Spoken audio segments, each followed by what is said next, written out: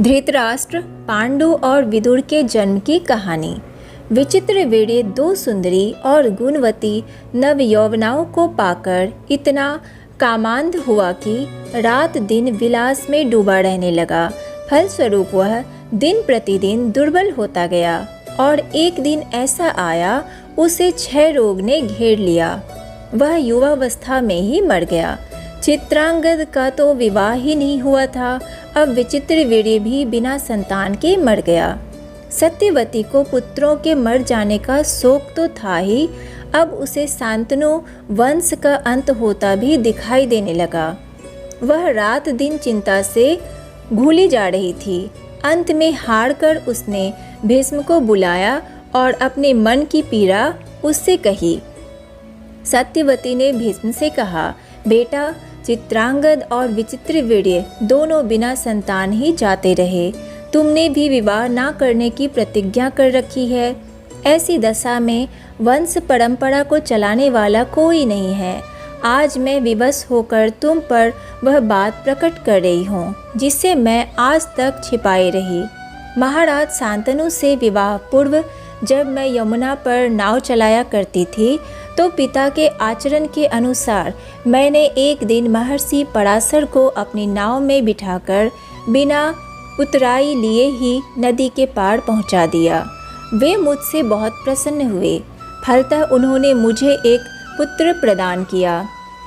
उस समय मेरे शरीर से मछली की दुर्गंध आती थी, किंतु महर्षि के वरदान से सुगंध आने लगी। यमुना के एक द्वीप में जन्म होने के कारण उसका नाम द्वैपायन पड़ा।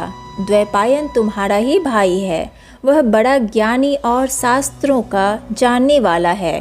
उसी ने वेदों को 4 भागों में बांटा है, इसीलिए उसे वेद व्यास भी कहते हैं। उसका रंग काला है, अतः उसे कृष्ण द्वैपायन भी कहा जाता है।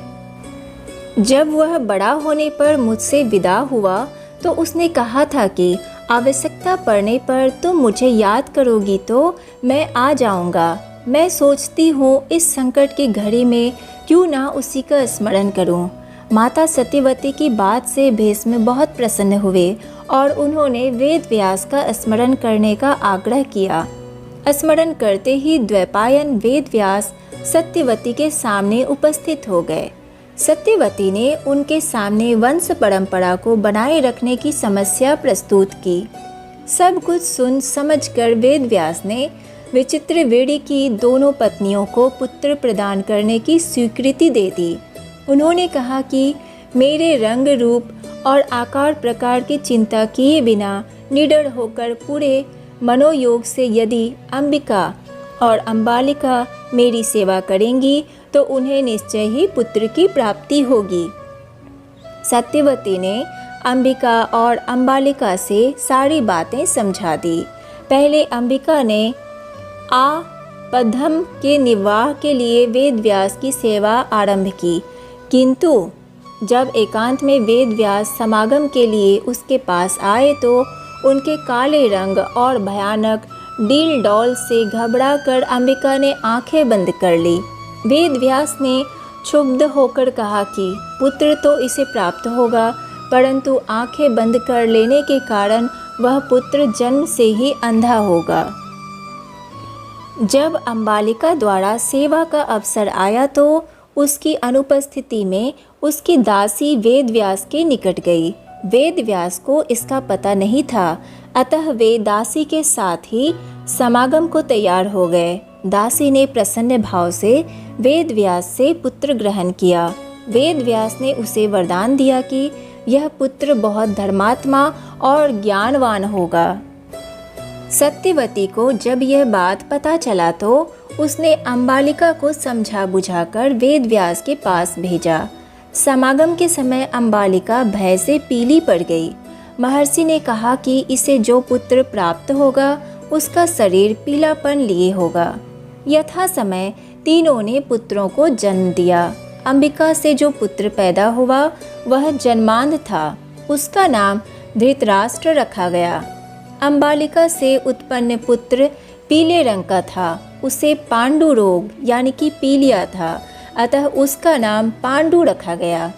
दासी ने जिस पुत्र को जन्म दिया उसका नाम विदुर रखा गया। कहते हैं भांडव्य ऋषि के श्राप से स्वयं धर्मराज ने ही दासी के गर्भ से विदुर के रूप में जन्म लिया था।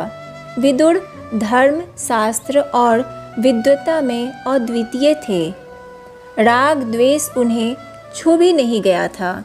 आगे चलकर धृतराष्ट्र की संतान कौरव और पांडु की संतान पांडव के नाम से जानी गई। तो आज के लिए बस इतना ही। इससे आगे की कहानी मैं आपको नेक्स्ट वीडियो में सुनाऊंगी। तो वीडियो अच्छी लगी हो तो वीडियो को लाइक कीजिए, सनातन रहस्य को सब्सक्राइब कीजिए और ज़्यादा से ज़्यादा शेयर कीजिए।